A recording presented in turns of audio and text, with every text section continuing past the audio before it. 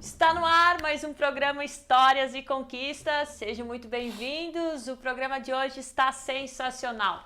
Está aqui conosco um dos maiores psicólogos clínicos da região. Ele atua há mais de 20 anos, é formado pela Universidade do Vale do Itajaí e inclusive ele tem consultório tanto em Balneário Camboriú como em Florianópolis. E ele veio compartilhar a sua experiência e a sua história conosco, para a gente conversar também um pouquinho sobre os desafios dos seres humanos, né? Como é que é você trabalhar com um psicólogo, fazer uma terapia com alguém.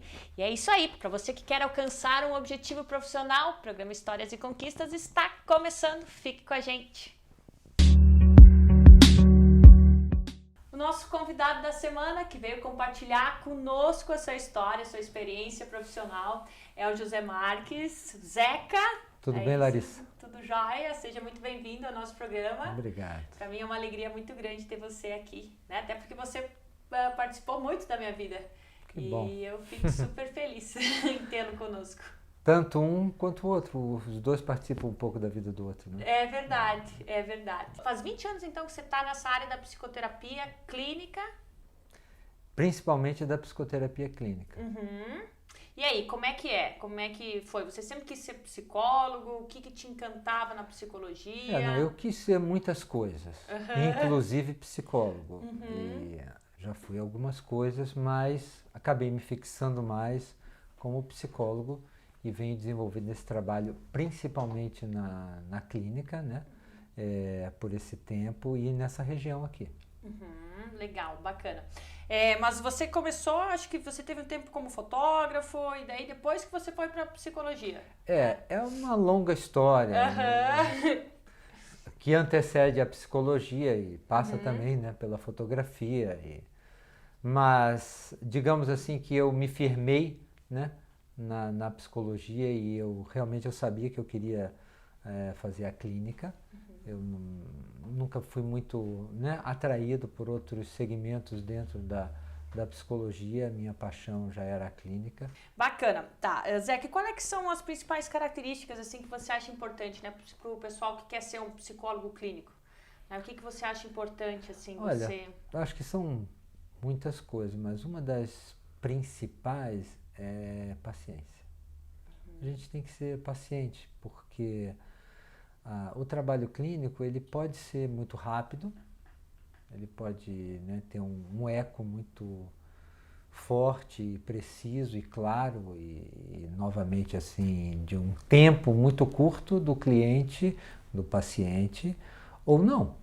Então, uma das coisas que é muito importante é que, na minha opinião, que o clínico tenha paciência para se adequar um pouco ao timing do seu, né, do seu cliente, do seu paciente, para moldar, digamos, o seu trabalho à medida, né, na medida do seu paciente. Uhum, é importante mesmo, né? Porque hoje em dia nós temos muitos trabalhos, inclusive imediatistas, né? Que não trazem essa paciência que eu acho que um psicólogo clínico principalmente tem que ter. Eu acho, na verdade, o campo que mais me encanta na psicologia no desenvolvimento humano é você ser um psicólogo clínico, né? Você fazer uma terapia. Me encanta esse trabalho, porque, claro que tem cursos maravilhosos que trabalham com o desenvolvimento humano, né? Tem aí trabalhos de coach, enfim, uma série de ferramentas muito boas. Mas o psicólogo clínico, eu acho que é uma pessoa que tem muita paciência, né? Que trabalha mais a longo prazo, né? Que consegue realmente se aprofundar na essência, conhecer mais do outro ser humano, muitas vezes, não necessariamente sempre, né? Mas eu acho que ele trabalha muito com isso. Acho que tem muita coisa criada, muita teoria criada, muitas técnicas criadas e são boas, né? E elas tentam otimizar, tentam, né, tornar o tempo mais curto e funcionam dependendo de quem as aplica e em quem são aplicadas.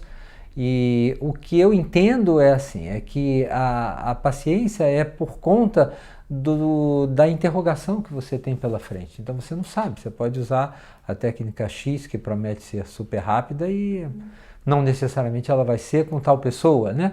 Então acho que essa paciência é interna de você poder ver como vai o teu cliente, o teu paciente reagir, seja a qual abordagem ou qual técnica você estiver aplicando.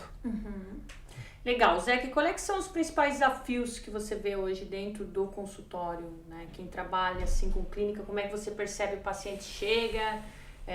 Existe um certo padrão de comportamento que você vê repetitivo, que é desafiador para o ser humano no momento atual que nós vivemos? Você percebe isso? Olha, tem coisas assim que depois desse tempo todo trabalhando, elas são assim repetitivas, né?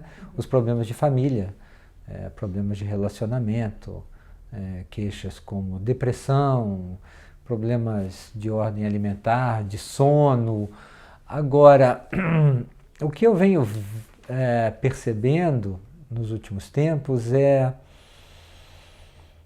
as coisas me parece que elas estão muito tensas, numa forma geral. As pessoas são muito exigidas de muitas maneiras e, a meu ver, cada vez são mais exigidas.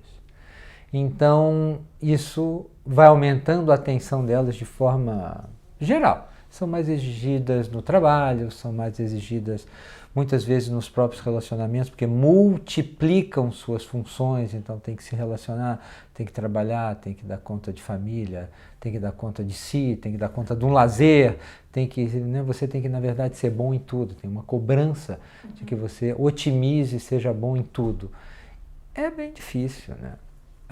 E as pessoas acreditaram nisso, eu acho que contaram um conto para a maioria das pessoas e elas acreditam que elas podem ser boas em tudo e fazer tudo bem e fazer cada vez mais coisas e aprender mais coisas, e eu acho que a informação está muito, né, debruçada sobre as pessoas e elas leem muito, se informam muito, e eu acho que isso criou uma tensão muito grande, uma falta de paz nas pessoas, uma inquietude, e não uma inquietude, digamos, saudável no sentido de querer conhecer dentro de um tempo e de possibilidades mais apaziguadoras, porque eu acho que querer conhecer, querer ampliar é muito saudável, mas quando você tem uma pressão muito grande por ter que conhecer e ter que ampliar e ter que otimizar e assim vai, eu entendo que isso aí começa a ser uma fronteira de uma situação muito complicada e que torna as pessoas em queixa e produtora de vários sintomas. Como, por exemplo, insônia, enfim... Assim que começa. Começa, né? Assim, dores de cabeça repetitivas, mau humor, irritabilidade, acentuação em mulheres do período de TPM, e aí vai. É muita coisa. Depressão, é múltiplo. O que é a depressão hoje em dia? O que você entende por Olha, depressão? vamos, né, colocar de uma forma bem acessível. Eu acho que o nome já diz, é uma diminuição de alegria, uma diminuição de vitalidade, uma diminuição de entusiasmo, de desejo e, curiosamente, um aumento de angústia. Sabe? As pessoas que apresentam os quadros depressivos, elas são mais paradas, lógico, mas internamente elas relatam muita angústia, muita ansiedade contida. Elas muitas vezes estão quietas, né? Mas por dentro aquilo está rodando, elas ficam em problemas insolúveis e isso vai causando, digamos, esse que é conhecido como um quadro depressivo. Legal. Sabe que uma vez eu vi uma palestra, né? O palestrante até citava um mestre budista que falava que por que as pessoas sofrem. Disse que teve a oportunidade de conhecer ele e ele explicou que as pessoas sofrem, né? Até falou porque são ignorantes. Por quê? Porque aquele momento que elas estão vivendo de sofrimento, elas não têm noção que vai passar. Assim como aquele momento que ela está vivendo de alegria, também vai passar. Então, o ser humano tem uma dificuldade de ver que tudo passa. O sofrimento passa e os momentos alegres também vão passar. Esse altos e baixos, isso aí acabava gerando um sofrimento muito grande. Porque às vezes quando tu estava lá embaixo, daí tu ficava sofrendo porque estava lá embaixo. Aí quando tu tá lá em cima, tu tá sofrendo de angustiado que não termine nunca aquele momento. Como é que você vê esse altos e baixos, equilibrar isso aí? Eu entendo que a vida, com certeza, é formada, digamos, de altos e baixos, para seguir a sua linha de pensamento, e que as pessoas tentam realmente congelar principalmente os altos, né? Porque são, logicamente, mais valorizados. E é impossível. Então as pessoas ficam tentando criar um alto no momento que é baixo. E aí vai complicando demais.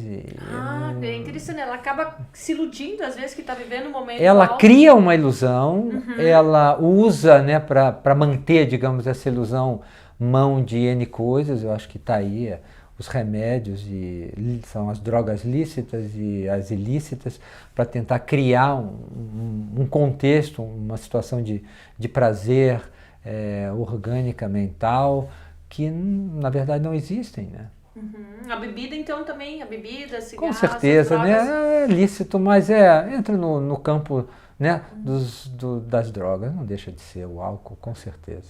É responsável por muitos problemas. É mesmo? Oh.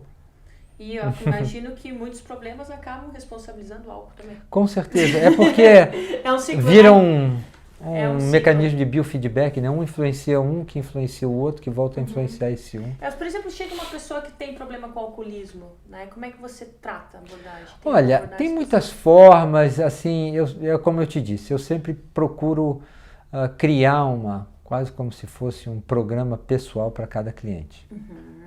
O quanto eu consigo, lógico. Mas tem um querer, sabe? Da pessoa.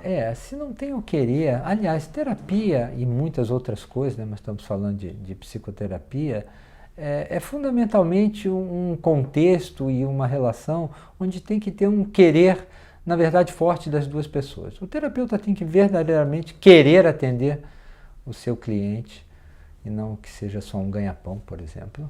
E o cliente, ele tem que realmente estar querendo e com isso acabar se comprometendo com a mudança que ele pretende, porque senão é muito difícil. Por que é tão difícil as pessoas mudar o comportamento humano? Elas estão presas a muitas coisas que muitas vezes, até na maioria das vezes, são muito valiosas a elas, mesmo que sejam prejudiciais. Elas estão na famosa zona de conforto, elas logram muitas coisas mesmo das situações que não são muito boas. E essa mudança, essa perda do conhecido por uma promessa de uma melhora num desconhecido é difícil. É verdade, né? É uma promessa. Porque não existe a garantia, por isso que existe a coisa então, da fé, né? As pessoas falam assim, fé. As pessoas querem uma garantia para ter. Não tem a fé, você tem que crer e se lançar, né? É verdade. Não tem como você ter uma garantia. Não tem uma promessa. Hoje em dia tem muita promessa. Então vá lá que você vai ser feliz, more aqui que você vai se dar bem, compre, sei lá, uma cadeira que você vai ficar confortável. Esse colchão vai te fazer dormir bem. E na verdade é mentira, né? É verdade. É só um item de um contexto maior que vai talvez até ajudar, mas nunca vai determinar. Legal. Será que nós precisamos dar um tempo? Com certeza. O programa Histórias e Conquistas volta já.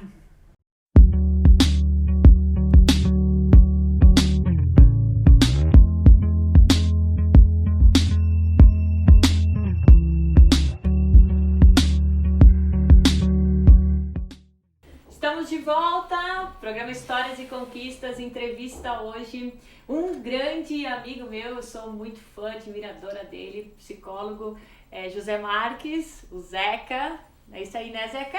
A gente constrói os laços. Zeca, é o seguinte, nós estávamos conversando sobre o que muitas vezes as pessoas, elas...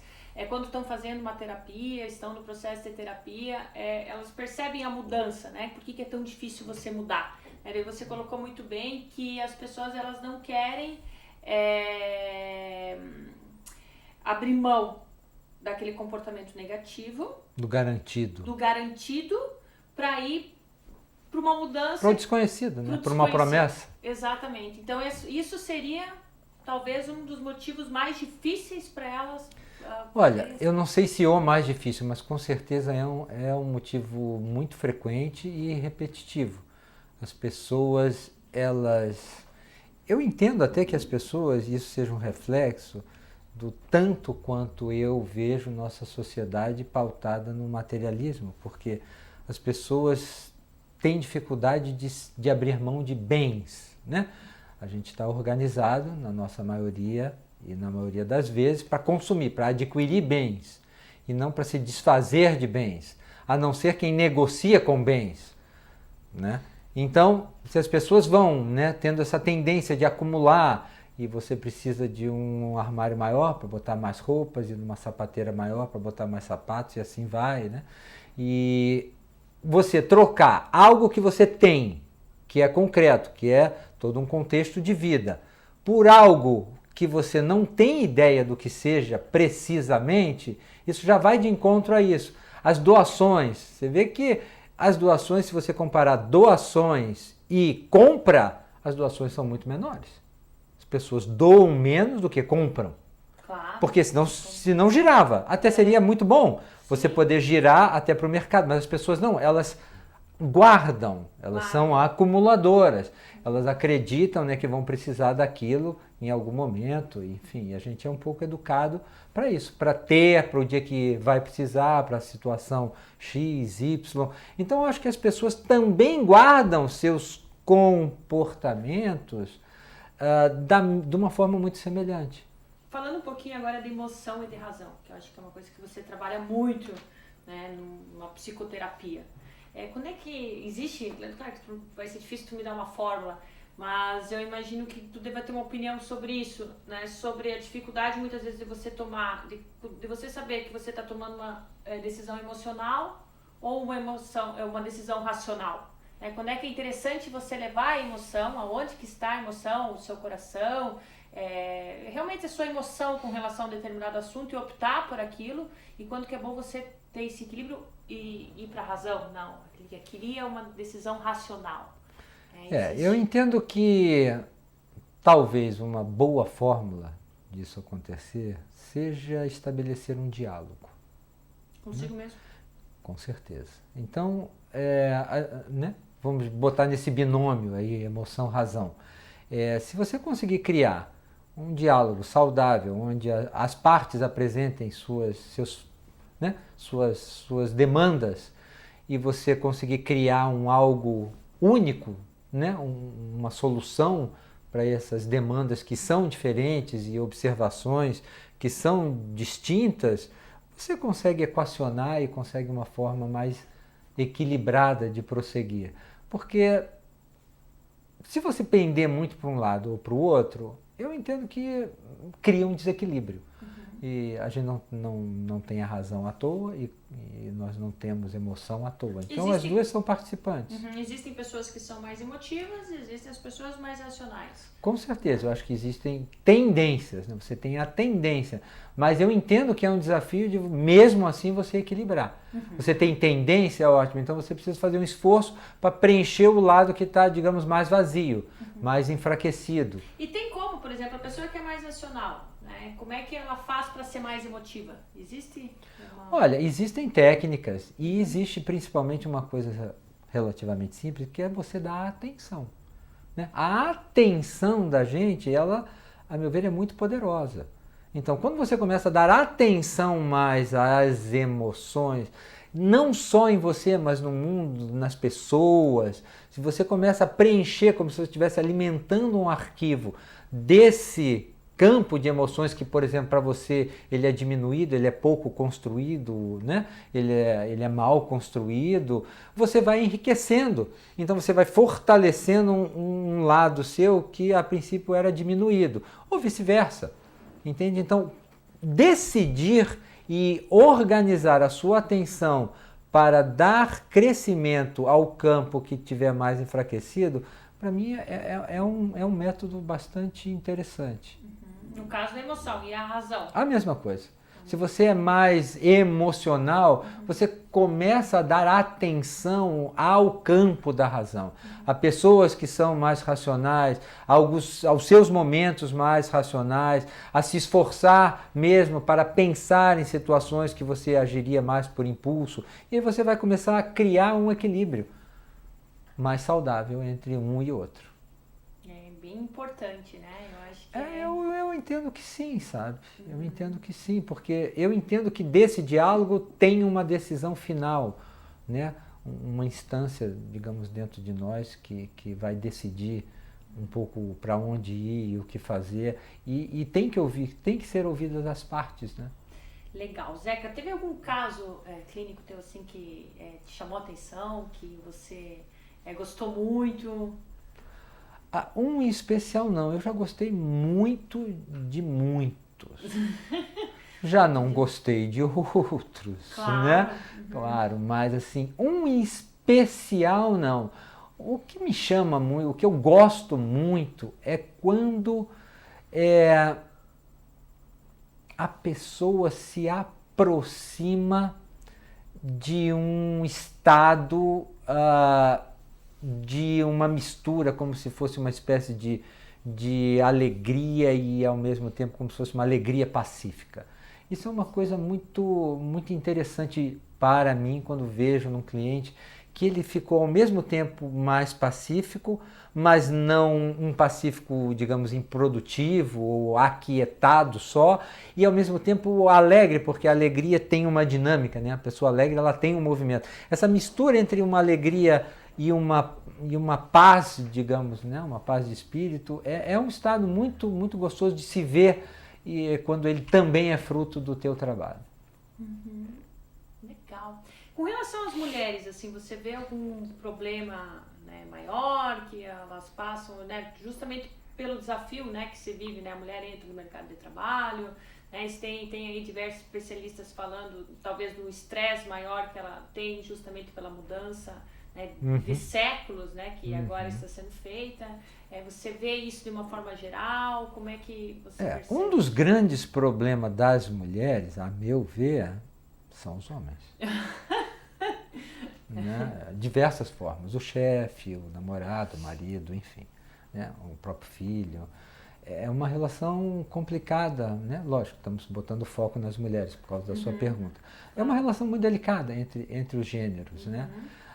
E penso eu que isso tem tudo a ver com essa mudança do papel que eu entendo que foi havendo das mulheres, né? Digamos, na sociedade e no mercado de trabalho, onde ela começou a dobrar e às vezes triplicar funções, né? E que estressou, né? Estressou muito, criou uma tensão, porque se você assim olhar, der uma olhada histórica assim, o homem não mudou muito.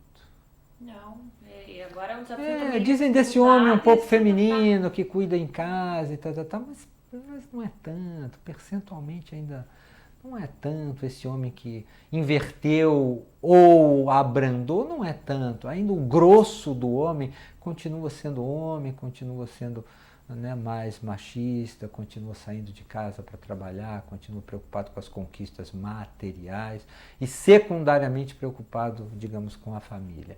Mas a mulher não, a mulher ela aumentou muito a atenção para o trabalho, né? E então ela dobra a questão familiar, né, que de alguma forma existe. A mulher é infinitamente mais cobrada, por exemplo, esteticamente que o homem. Então ela ainda tem essa preocupação estética e ela tem que trabalhar, tem que competir. Então a mochila ficou pesada, né? Ficou pesada. É bobeira delas, eu acho, porque foram elas que escolheram. Assim? Eu acho que eu aconselho elas repensarem um pouco. Sem rumo definido, mas eu acho que tem que, né, seria interessante repensar, porque parece que não está legal. Pelo menos, né, se tem um tanto remédio para isso, para ficar forte, para dormir, para operação plástica. Então, acho que estão, né, gastando um monte. Zeca, resumindo, assim, eu acho legal, bacana, menos, muitas vezes, acaba sendo mais. Né? Nós vivemos num mundo que diz muito, vai, você pode, você consegue, e isso acaba gerando um estresse, uma ansiedade, uma angústia nas pessoas muito grande. Então, esse aí seria um dos principais problemas. Acho que é um motor muito complicado esse de você ter que, né? Porque eu entendo que querer realmente é poder.